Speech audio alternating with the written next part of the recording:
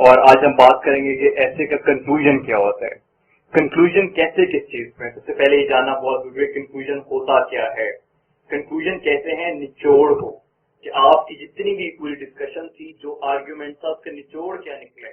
اگر میں وہ بات پڑھ لوں تو مجھے آپ کے پورے ایسے کی ساری بات کی سمجھ آ جائے کہ اس میں کیا بات کی گئی تھی اور اب آپ نے کیا فیصلہ کیا ہے. کنکلوژن بیسکلی یہ ہوتا ہے. تو کنکلوژن جو ہے یہ ایک صرف پیراگراف ایک ہوتا ہے. نارملی یہ ایک پیراگراف کا بنا ہوتا ہے conclusion which is normally 5 to 6 lines, one paragraph. لیکن اگر کچھ ٹاپکس ایسے ہوتے ہیں جو بہت براڈ ہوتے ہیں، وہ ایک دم آپ کلوز نہیں کر سکتے، تو اس میں آپ ایک سیکنڈری پیراگراف کے کنکلوژن سے پہلے ڈال سکتے ہیں، جس میں آپ بات کو ایسا ایسا کلوز کرنے لگ جاتے ہیں. تو it can be 1 paragraph and it can be 2 paragraphs. تو اگر آپ نے کوشش یہ کرنی ہے کہ ایک پیراگراف کو، لیکن اگر ایک پہ نہیں آ رہا تو 2 میں جانے میں کوئی برائی نہیں ہے. آپ اس کو اسٹارٹ اس طرح سے کر سکتے ہیں کہ ان کنکلوژن یا ٹو سم اپ، اس طرح سے آپ اس کو ڈائریکشن دیں گے تاکہ ایگزامینر کو پتہ چل جائے کہ آپ اس میں بات کلوز کرنے لگ گئے اور ایک پوائنٹ کی طرف آ رہے ہیں.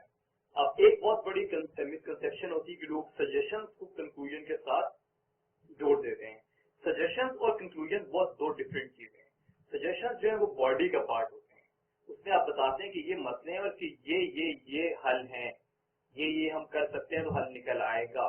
کنکلوژن میں آپ جا کے دونوں باتوں کا اکٹھا بتا دیں کہ ان مسئلوں کے یہ حل نکل سکتے ہیں، اسی لیے میں یہ سمجھتا ہوں کہ یہ مسئلہ ٹھیک ہو سکتا ہے.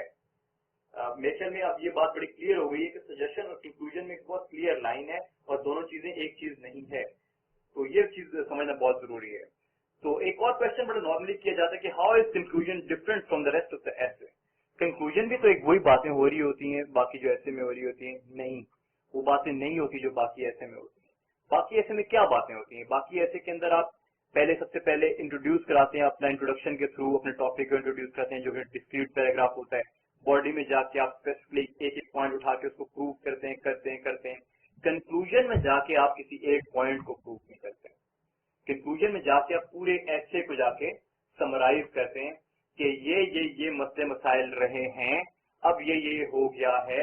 اسی لیے ان سب کی مد نظر رکھتے ہوئے میں یہ سمجھتا ہوں کہ فیوچر میں ایسا نہیں ہوگا یا فیوچر میں ایسا ہوگا. تو بیسکلی یہ آپ کا اس کی جو ٹون اس میں جو آپ یوز کرتے ہیں وہ باقی پیراگراف باقی پوری باڈی سے بڑی چینج ہو جاتی ہے.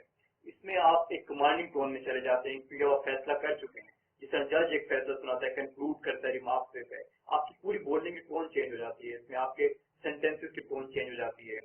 تو یہ اس لیے باقی میں آپ پروو کر دیں گے کیونکہ میں ایسا سمجھتا ہوں، یہ اس لیے چیز ایسے ہے، یہ پروف ہوا، یہ انسیڈنٹ ہوا، یہ فیکٹ ہوا، یہ میں نے چیز کوٹ کر دی تھی ایسے. کنکلوژن میں بتاتے ہیں کیونکہ میں نے ایسا بتا دیا تھا اس لیے یہ چیز اب ایسے ہی ہونی ہے.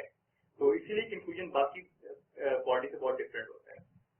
کنکلوژن میں امپورٹنٹ چیزیں اس میں ایلیمنٹ اس کے کیا ہوتے ہیں؟ کنکلوژن میں آپ نے آخر جو پیراگراف ہے اس کو آپ نے اسٹارٹ کچھ اس طرح سے کرنا ہوتا ہے کہ ایگزامینر کو پتا چل جائے کہ یہ کنکلوژن اسٹارٹ ہو گیا. اس میں آپ ان کنکلوژن اسٹارٹ کر سکتے ہیں، ٹو سمرائز کر سکتے ہیں، ٹو سم اپ کر سکتے ہیں، ٹو پٹ ان نٹشل کر سکتے ہیں، اس طرح کی باتیں کر سکتے ہیں. اور اس کے اندر آپ اینڈ اس کو کسی کوٹ پہ کر سکتے ہیں، کسی اچھے کوٹ پہ، کوٹیشن پہ کر سکتے ہیں. بڑا اچھا امپیکٹ جاتا ہے کہ آپ نے اسٹارٹ بھی ایسے کوٹ سے کیا اور اینڈ بھی کوٹ پہ کر دیا، بڑا اچھا امپیکٹ جاتا ہے.